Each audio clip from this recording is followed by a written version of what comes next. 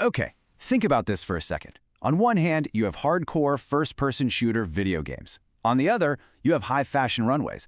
Two totally different worlds, right? Well, maybe not. The same exact technology that builds virtual battlefields is now being used to design collections for the world's biggest luxury brands. We're going to connect the dots on how that even happened. So to really get how this all fits together, you have to start with one number. And trust me, it's a huge one. It's pretty much the engine behind this whole revolution.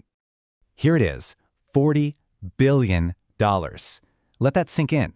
Now, take a guess. What do you think that represents? It's not the valuation of some giant corporation or the box office for a Hollywood blockbuster. The answer is something purely digital, and I'm willing to bet it's not what you're thinking.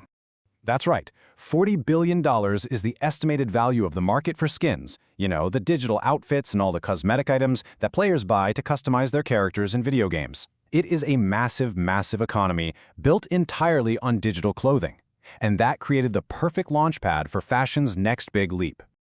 I mean, just look at this journey. It's incredible. The very same technology that renders the worlds in games like Fortnite is now being used by iconic fashion houses like Balenciaga to design and show off their collections. It seems like a wild jump, so what's the actual tech that bridges this gap?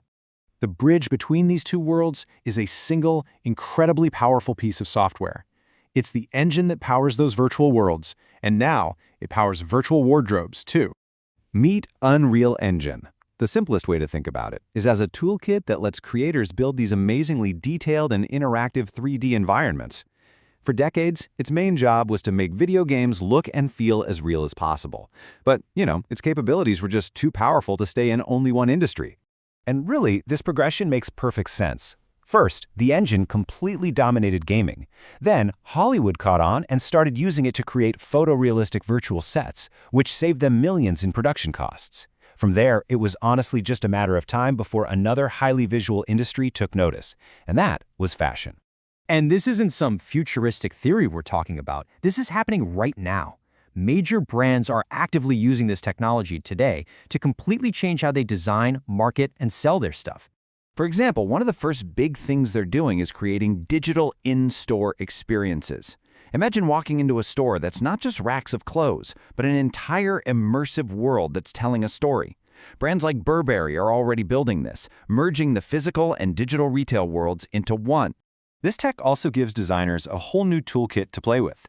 They can now create entire collections digitally without ever touching a piece of fabric. They can build virtual showrooms that are accessible to anyone, anywhere in the world. And circling back to that $40 billion market, they're designing digital-only items that have real value to people, clothes that will only ever be worn by an avatar.